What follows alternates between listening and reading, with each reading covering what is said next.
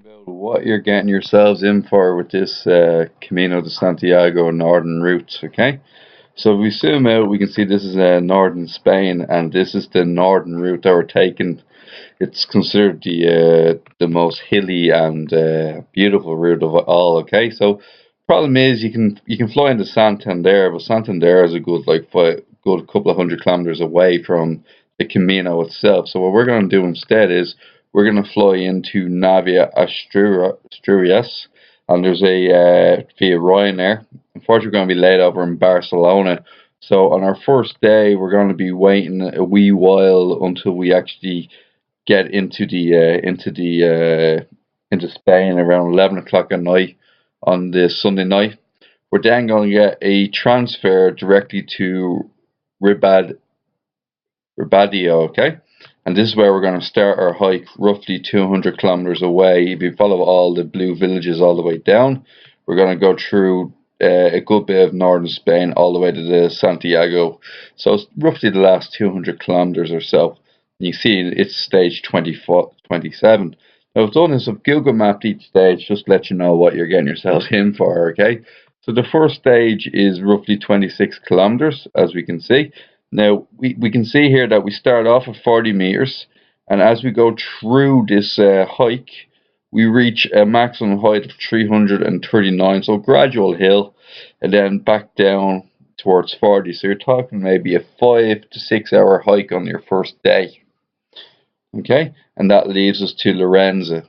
Okay, and then from Lorenzo, we're then going all the way to Aberdeen. Okay, and this day is a tough day because it's 26 kilometers, but it's predominantly uphill.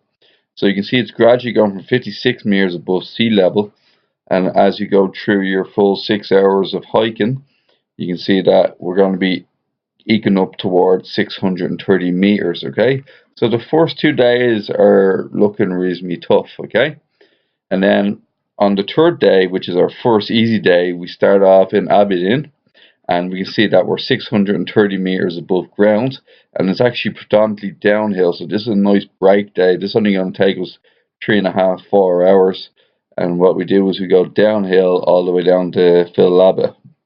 Okay, and that's a particularly nice. It's almost like a rest day, if I'm honest. And then the next route is going to be Philaba down towards Balmonde. And as you can see, we go downhill originally. Then there's a steep enough 100 meters uphill, which isn't the worst incline in the world. And then it's predominantly downhill. So this is only like a 16-kilometer day, and we're going to get to Balmonde pretty quickly. Okay? Or if we're taking the other route, which could be the Camino route itself, once again, predominantly downhill and flat. So there's no real issue there, okay? So that'll be, once again, another relatively easy rest day, okay?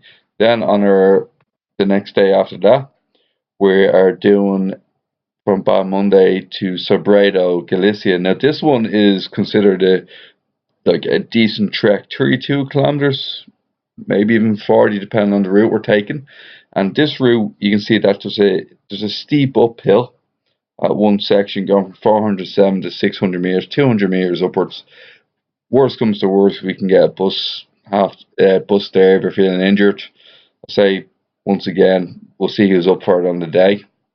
And then finally, penultimately, is another reasonably easy day where you're going to Sobredo, Galicia, all the way down to Arzua.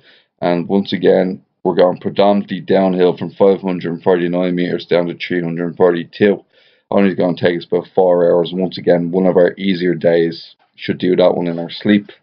Now the last day, oddly enough, is the longest. But I've done this before. At the start, there's lots of up and downs. It's predominantly just undulating, and then there's a good downhill section. This is 37 kilometers. Can take up to maybe 7 to 8 hours of hiking. But once again, it's really worth it when you get into the city and it all opens up, and you get the full experience of meeting up with all the other hikers en route. So we can see what you think of it overall, but you can see what you think of each day. But as I said, I've done this before, and I managed to get a bus from one town to the other if I wasn't up for it on the day.